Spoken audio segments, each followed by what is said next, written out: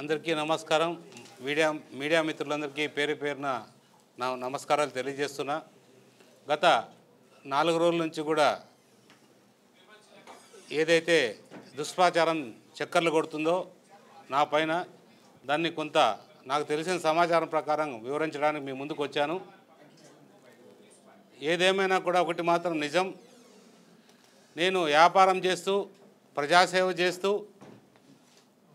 ప్రజలకు సేవ చేయాలనే ఉద్దేశంలోనే రాజకీయాల్లోకి రావడం జరిగింది. రాజకీయాల్లో ఉంటూ వ్యాపారం చేయాలనే ఉద్దేశంతో రాజకీయాల్లోకి రాలేదు. ప్రజలు ఏ విధంగా సేవ చేయాలనే దాని మీదనే నేను సంబంధించిన పార్టీ నాయకులతో అందరితో చర్చించి ఏ విధంగా మనం ముందుకు తీసుకెళ్ళాలి, ఏ విధంగా ప్రజలకు సేవ చేయాలనే ఉద్దేశంతో జరుగుతున్న తరుణంలో అనుకోకుండా ఎస్ఆర్సి సంస్థ ఏదైతే ఉందో ఆ సంస్థకు సంబంధించిన శుక్రవారం రోజు అనుకోకుండా వాళ్ళు ఇంటర్నల్ ఆడిట్లో ఒక క్యూఆర్ కోడ్ కొడితే అది 100 రూపాయల స్టాంపుగా చూడడం, చూసిన వెంటనే ఇంకో కొన్ని స్టాంపులు కొడితే కొన్ని కరెక్ట్గా ఉండడం, కొన్ని తప్పుగా ఉండడం గమనించడం జరిగింది. అందులో భాగంగా 23,50,000 రూపాయలు తప్పుగా ఉన్నట్టు గుర్తించారు. వెంటనే దాన్ని 2 టౌన్ పోలీస్ స్టేషన్లో ఆదివారం రోజు కంప్లైంట్ చేయడం జరిగింది. ఎందుకు కంప్లైంట్ చేయాల్సిన పరిస్థితి వచ్చిందంటే, ఈ స్టాంప్ అనేది ఒక మన భారతదేశంలో 12-13 రాష్ట్రాల్లో దీన్ని ఈ స్టాంప్ని ఇంప్లిమెంట్ చేస్తున్నాయి. ఈ స్టాంప్ ట్యాంపరింగ్ చేసే పద్ధతి అసలు ఇది ఎలా వచ్చింది, ఇది నిజంగా ఇలాంటి ఈ ట్యాంపరింగ్ కాకూడదు, ఇది చాలా భయంకరమైన నేరం. ఎందుకంటే ముందు మీరే చెప్తారు, తెహల్కా కావచ్చు, ఇంకోటి కావచ్చు, ఇవన్నీ రకరకాల స్టాంపులు ప్రింట్ చేసి ప్రజల్ని మోసం, గవర్నమెంట్ ఖజానాకి మోసం చేయడం జరిగింది. అలాంటిది ఏది జరగకూడదనే ఉద్దేశంతోనే ఈ స్టాంపింగ్ వ్యవస్థ అది 2018లోనే ముఖ్యమంత్రి మా చంద్రబాబు నాయుడు గారు తీసుకొచ్చారు. కానీ అమెండ్మెంట్ మాత్రం 2020లోనో 2022లోనో అదే అమెండ్మెంట్ వచ్చింది. ఏదైతే అమెండ్మెంట్ వచ్చిందో ఆ రోజు వైసీపీ ప్రభుత్వం ఏదైతే ఉందో, ఆ రోజు ఈ స్టాక్ హోల్డింగ్ కంపెనీ ఏదైతే ఉందో, ఆ రోజు నర్సిరెడ్డి అనే వ్యక్తి, సాంబశివరావు అనే వ్యక్తులకి ఇద్దరికి కూడా కర్నూలులో ఈ స్టాక్ హోల్డింగ్ కంపెనీ ఏజెన్సీ ఇవ్వడం జరిగింది. ఆయన ద్వారా ఏదైతే ఇప్పుడు ఈ ఎర్రప్ప అలియాస్ లేదా మీసేవ బాబు అలియాస్ ఎర్రప్ప ఏదైతే ఉందో అతనికి ఏజెన్సీ కట్టబెట్టారు. అంటే ఇది 2020 నుంచి 2024 జరిగిన ఏజెన్సీ ప్రక్రియలో వాళ్ళలో ఉన్న భాగమే. అందులో భాగంగా ఏదైతే ఉందో ఎన్నికల సమయంలో నేను కళ్యాణదుర్గం అభ్యర్థిగా పోవడం జరిగింది. సమయం తక్కువ ఉండడం వల్ల ఎవరు ఏంటి అనేది కూడా చూడడానికి కూడా అవకాశం లేదు. అతను ఏదైతే యూట్యూబ్ ఛానల్ పెట్టుకున్నాడో ఆ ఛానల్ ద్వారా దగ్గరకు రావడం, నిజంగా కూడా ఎప్పుడు కూడా మా పార్టీ కార్యకర్తనే, అతను కాదనలేదు, మా పార్టీ కార్యకలాపాల్లో కూడా పాల్గొన్నాడు, అన్ని రకాలకు కూడా ఉన్నాడు.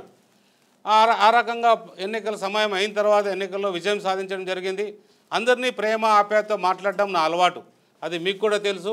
ఎవరి విషయంలో కూడా నేను తప్పుగా మాట్లాడినది ఉన్నంత వరకు కూడా ప్రేమ, అది చెడ్డవాడైనా మంచివాడైనా నాకు ద్రోహం చేసినా కూడా ప్రేమతో మాట్లాడిస్తాను. అలా ప్రక్రియలో జరుగుతూ వచ్చిన సందర్భంలో నా దృష్టికి వచ్చిన తర్వాత నేను చాలా బాధపడ్డాను. నా పక్కన ఉండేవాడు ఇలాంటి పని చేశాడే, ఎవడైనా కూడా క్షమించకూడదు, ఇది మన వ్యవస్థకి నాశనం చేసే విధంగా ఇది పని చేశాడు కాబట్టి కంప్లైంట్ ఇవ్వాలనే ఉద్దేశంతో మొట్టమొదటిగా నా దృష్టికి వచ్చిన వెంటనే నేను కంప్లైంట్ ఇవ్వడం జరిగింది. ఇంకొక విషయం చెప్పారు ఈరోజు రంగయ్య గారు, అతను నాతో ఫోటో తీసుకున్నాడు, అలాగే మా నాయకుడు లోకేష్ బాబు గారితోనూ, అలాగే ఇంకొకరితో గవర్నర్ గారితో ఫోటో తీసుకోవడం జరిగింది. నిజంగా నిన్న నేను డిస్ప్లే చూపించినట్టున్నారు మీకు, అదొక బ్యాంకుకి ఇచ్చిన డాక్యుమెంట్, అది బ్యాంకుకి ఇచ్చిన డాక్యుమెంటు ఎంటీ బాండు ఒక యూట్యూబ్ ఛానల్ దగ్గరకు వచ్చిందంటే మనం మీడియాను కూడా అడగాలి కదా. మీరు కూడా ఇన్ని చట్టాలు మీకు తెలుసు, ఈ ఎంటీ బాండ్ పేపర్ వాడితే ఎట్లనేది మనం కూడా తెలుసుకోవాలి కదా. చాలా నేరం అది. నా ఇంట్లో నేను తీసిన బాండ్ కూడా ఉండకూడదు. ఎస్, ఫోటో తీశారా ఇంకోటి తీశారా అనేది తెలియదు. నా ఎస్ఆర్సి, మా వాళ్ళు ఎస్ఆర్సి ముందు ఉన్న బాండే చూపించారు అక్కడ, అది కూడా ఎంటీ బాండ్. ఏదో ప్రింట్ అయిండేది ఏదో ఉంటే ఆడో దొరికిందిలే తెచ్చుకున్నారులే అనుకోవచ్చు, ఎంటీ బాండ్ వచ్చింది. ఆ ఎంటీ బాండ్ రావడం అనేది తీవ్రంగా వాళ్ళు ఏదైనా ప్రింట్ చేసుకొని అది కూడా మా లాంటి సంతకాలు పెట్టుకొని మా లాంటి ఇంకొక ఆరోపణ చేసే కూడా అవకాశాలు ఉంటాయి. ఇది ఖచ్చితంగా ఈ ఎంటీ బాండ్ అనేది క్రిమినల్ క్రైమ్, ఇది పెద్ద క్రైమ్. దీన్ని ఖచ్చితంగా మనం అందరూ కూడా గమనించాలి. ఎందుకంటే ఇలాంటి వైట్ కాలర్డ్ పీపుల్ ఏదైతే ఇలాంటి క్రైములు చేస్తుంటారో వాళ్ళందరూ కూడా శిక్ష పడేటట్టు అందరూ కూడా మనం ప్రయత్నం చేయాలి. ఖచ్చితంగా శిక్ష పడే దాంట్లో మీరు కూడా ఏదైతే మనం నిజాయితీగా చెప్పగలుగుతామో ప్రజలకి, వ్యవస్థలన్నీ కూడా మారుతున్నాయి. మనకు గొప్ప ప్రధానమంత్రి మన దేశానికి వచ్చాడు. మన ప్రపంచమంతా కూడా మన ప్రధానమంత్రి వైపు చూసేటట్టు ఉన్నది. ఎంతో అభివృద్ధి చెందుతున్నాం. దేశం కావచ్చు, రాష్ట్రం కావచ్చు. ఇలాంటి సందర్భంలో ఇలాంటి చీడపురుగులను ఎక్కడ కూడా మనం ఎంకరేజ్ చేయాల్సిన అవసరం లేదని నేను తెలియజేయడం జరిగింది. ఏదేమైనా కూడా నేను ఒకటే అడుగుతున్నా, రంగయ్యకి సూటిగా అడుగుతున్నా. 13 కేసులు 11 కేసులు ఈడీ కేసులు, అలాగే సిబిఐ కేసులు ఉన్న నాయకుడు మీ నాయకుడు 16 నెలలు జైల్లో కూడా ఉన్నాడు. అతనిపై ప్రధానమంత్రితోనూ ఫోటోలు తీసుకుంటాడు, అలాగే రాష్ట్రపతితోనూ ఫోటోలు తీసుకుంటాడు, కేంద్ర మంత్రులతోనూ ఫోటోలు తీసుకుంటాడు. నువ్వు పోయి అతనితో ఫోటో తీసుకుంటావు అంటే 16 నెలలు ఉన్న జైల్లో ఉన్న వ్యక్తి ఫోటోలు తీసుకుంటే నీది తప్పు లేదు. కానీ వీడు నాకు తెలియదు బాబు, నాకు తెలిసిన వెంటనే నేను పోలీస్ కంప్లైంట్ పెట్టి అతన్ని లోపల అరెస్ట్ చేయించిన మమ్మల్ని తప్పు అంటావా? ఖచ్చితంగా ఏదైతే మీసేవ బాబు చేశాడో 100% తప్పు చేశాడు కాబట్టే అతను క్షమించుకోకుండా ఏ రకం కూడా ఆలోచన చేయకోకుండా మా పార్టీ కార్యకర్త అయినా కూడా జైల్లో పెట్టి ఏర్పాటు చేశాం. నీలాగా నీ పార్టీ కార్యకర్తలు నువ్వు ఏ రకంగా ఎన్నుకొచ్చుకొచ్చావు, ఏ రకంగా అవినీతికి పాల్పడ్డాడు కూడా నువ్వు చేసావు. నువ్వు ఎంపీగా ఉన్నప్పుడు ఎంపీ లాడ్స్ ఏదైతే వచ్చాయో ఏ రకంగా దుర్వినియోగమైనాయో అన్నీ కూడా నీకు తెలుసు. నేను అదన్నీ చెప్పి మీ అందరూ సమయం కూడా వృధా చేయాలని చేయదలుచుకోలేదు. ఏదేమైనా కూడా అన్ని రకాలకు కూడా ఈ స్టాంపులు ఫ్రాడ్ జరిగిన విషయాన్ని ఖచ్చితంగా నిజం, అది కేసులు ఇవ్వడం జరిగింది. ఏదైతే అన్ని రకాలకు కూడా విచారణ జరుగుతుంది. ఏదైనా కూడా ఎర్రప్ప ఈ స్టాంప్ మోసాలకు పాల్పడ్డారని మొదట మేమే కంప్లైంట్ చేశాం పోలీస్ స్టేషన్లో. మాకు ఎవరో చెప్తే మేము కంప్లైంట్ చేయలే. ఇంకొక విషయం ఈరోజు రంగయ్య గారు చెప్పారు. ఏం చెప్పారు? ఇది 10 రోజుల నుంచి చక్కర్లు కొడుతుంది అని చెప్పాడు. 10 రోజుల నుంచి చక్కర్లు కొడుతుంటే నువ్వే దీంట్లో కుట్రదాడుగా నేను చెప్పాలి. ఎందుకంటే స్టాంపు ఎవరైతే నీకు స్టాంప్ హోల్డింగ్ పెట్టుకున్న వ్యక్తులు నీ గవర్నమెంట్లో ఇచ్చిన వ్యక్తులే. ఈ నర్సిరెడ్డి, సాంబశివారెడ్డి ద్వారానే వీళ్ళందరికీ వచ్చాయి. వాళ్ళ ద్వారానే నీ ఇదేమన్నా ఈ స్కామ్ నడిపించావా, లేదా ఈ మీసేవ బాబుని నువ్వే ఏమన్నా నా దగ్గరికి ఇలా పంపించి ఇలాగా చేయించి నా మీద రుద్దొచ్చనే అభిప్రాయం ఏమన్నా చేసావా అనేది ఖచ్చితంగా ఇది బాగా చూడాల్సిన అవసరం. ఎందుకంటే ఒక స్టాంప్ చూపించారు. స్టాంపు ఒక మీడియా మన సోషల్ మీడియాకు సంబంధించి ఒక యూట్యూబ్ ఛానల్లో మా స్టాంప్ ఇలా చూపించారు. ఒకటి మాత్రం నిజం, ఇది ఏ ఒక్క స్టాంప్ కూడా నా స్టాంపు బయటికి వెళ్ళిందంటే ఒకటి మాత్రం గమనించండి, ఇది బయటికి వెళ్ళడానికి ఎటువంటి పరిస్థితుల్లో అవకాశం లేదు. ఈ స్టాంపు నా దగ్గరైనా ఉండాలి, లేకపోతే నేను సంబంధిత బ్యాంకులోనో ఇంకో చోటో ఫిలప్ చేసిన తర్వాత ఉండాలి. కానీ ఖాళీ స్టాంప్ చూపించారు వాళ్ళు. మీరు ఎక్కడైనా చూసుకోవచ్చు, అన్ని చోట్ల వీడియో కూడా డిస్ప్లే అయింది. ఇది పెద్ద నేరం. అంటే ఖాళీ స్టాంప్ వాళ్ళ దగ్గరకు వచ్చిందంటే ఈ కుట్ర అంతా వెనక నుంచి ఎవరో నడిపించారు. ఈ కుట్రను నడిపించి ఇది మొత్తానికి ఇది ఒక పెద్ద ఇది స్కామ్గా తయారు చేసి ఏదైతే ఉందో ఆ విధంగా దీన్ని వీళ్ళు తీసుకెళ్లారనేది ఖచ్చితంగా ఇది నిజం. ఈ స్కామ్ మాత్రం మనం ఒకటే చూడాల్సింది, మీసేవ బాబుతో పాటు ఈ రంగయ్య కావచ్చు, లేదా కర్నూలులో ఉన్న స్టాక్ హోల్డింగ్ కంపెనీ కావచ్చు, లేదా ఇతరతరలో ఎవరైనా కావచ్చు. ఖచ్చితంగా ఇదే మా ముఖ్యమంత్రి గారిని కూడా మేము అడగడం జరిగింది.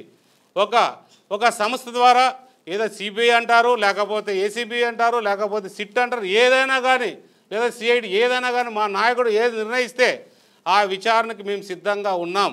మేము నిజాయితీగా ఉన్నాం. ఖచ్చితంగా ఆ నిజాయితీని మేము రుజువు చేసుకుంటాం. మాకు ఎందుకంటే మీ మాదిరి తప్పించుకొని పరిగెత్తే రకం కాదు. మేము ఎక్కడో చంపి బాడీలు తీసుకొచ్చి డోర్ డెలివరీ చేసే వ్యక్తిత్వాలు కాదు మాది కానీ మా నాయకుడిది కానీ. నిజాయితీమైన పరిపాలన చేస్తాం, అభివృద్ధి బాటలో నడిపిస్తాం, పూర్తిగా నష్టపోయిన రాష్ట్రాన్ని కూడా వెలుగు నింపుతామనేది ఖచ్చితంగా చెప్పగలుగుతాం. అలాగే నీకు కొన్ని పత్రికల్లో, ముఖ్యంగా సాక్షి పత్రికలో ఏదైతే ఉందో వివేకానంద రెడ్డి హత్య కేసును ఎలా చిత్రీకరించారో మీరు చూశారు. గుండె నొప్పి అంటారు, కత్తిపోటు అంటారు, ఎవరో చంపారంటారు, చంద్రబాబు చంపారంటారు, రకరకాలుగా ప్రచారం చేసి తీరా చూస్తే ఆయన కూతురు కావచ్చు, అలాగే ఆయన చెల్లెలు కావచ్చు, ఇది చంపిండేది మా వాళ్ళే, మా కుటుంబ సభ్యులే అని క్లియర్గా చెప్పడం జరిగింది. అంటే ఇలాంటి నీచ సంస్కృతి ఉన్న నువ్వు మా మీద ఆరోపణలు చేయడానికి అవకాశం లేదు. ఎందుకంటే ఎప్పుడైనా కానీ మా నిజాయితీని నిరూపించుకునే పక్షంలో ఏదైనా నిజంగా తప్పు చేశానంటే మాత్రం మీ అందరికి కూడా క్షమాపణలు చెప్పి నేను మొత్తానికి తప్పుకునే పరిస్థితి చేస్తాను తప్ప ఎక్కడ కూడా మా కంపెనీ, నాకు సంబంధించిన కంపెనీలో కూడా 20,000 మంది పనిచేస్తున్నారు, 20,000 కుటుంబాలు. మేము కోట్ల కొద్ది ట్యాక్సులు కడతాం. ట్యాక్స్లు ఎగ్గొట్టే కట్టం కాదు, కనీసం అంటే ఇన్కమ్ ట్యాక్స్ కావచ్చు, జిఎస్టీ కావచ్చు, అన్ని రకాల్లో కూడా 300 కోట్ల పైన ట్యాక్సులు కడతాం. మేము ఏదో ఊటనే చేసి రకరకాలుగా వచ్చి నేను పంచాల్సిన అవసరం లేదు. ట్యాక్సులు కట్టిన డబ్బే ఏదైనా ఉంటే సోషల్ వెల్ఫేర్కి వాడతాను తప్ప ఇతరత్ర అక్రమంగా చేసే డబ్బు కాదు. మీరు కూడా కష్టపడి పనిచేయండి. ఎవరికైనా కానీ వ్యవస్థలు చాలా ఉన్నాయి. నాదన్నా చిన్న కంపెనీ, నాకన్నా 100 కంపెనీలు, పెద్ద పెద్ద కంపెనీలు మన భారతదేశంలో ఉన్నాయి. మన భారతదేశ గౌరవాన్ని కాపాడడానికి మేము పనిచేస్తున్నాం తప్ప ఏదో అక్రమంగా చేయడానికో మన భారతదేశాన్ని బాగుండాలనే ఉద్దేశంతోనే అన్ని పనులు ముందుకు చేసుకుంటూ వెళ్తున్నాం. దయచేసి మీకు ఒకటే చెప్తున్నా, ఏనైనా కూడా అవినీతి ఆరోపణలు నిజంగా ఇది నాకు బాధించింది, చాలా బాధాకరం అనిపించింది. నేను అభివృద్ధి బాటలో తీసుకెళ్తున్నా మా ప్రాంతాన్ని, మా నియోజకవర్గాన్ని కూడా చాలా చోట్ల కూడా స్వయాన వెళ్ళి సిఎస్ఆర్ ఫండ్స్ అడుగుతున్నా. సిఎస్ఆర్ ఫండ్స్తో పాటు మా ముఖ్యమంత్రి గారిని అడిగి చాలా వరకు కూడా అభివృద్ధి కార్యక్రమాలకు సంబంధించి హాస్పిటల్స్ కావచ్చు, ఇవన్నీ కూడా ఇప్పుడు అన్నీ ఇంప్లిమెంట్ అవుతున్నాయి. రకరకాల కేంద్ర ప్రభుత్వం కూడా అన్నీ ఒకటొకటిగా వస్తున్నాయి.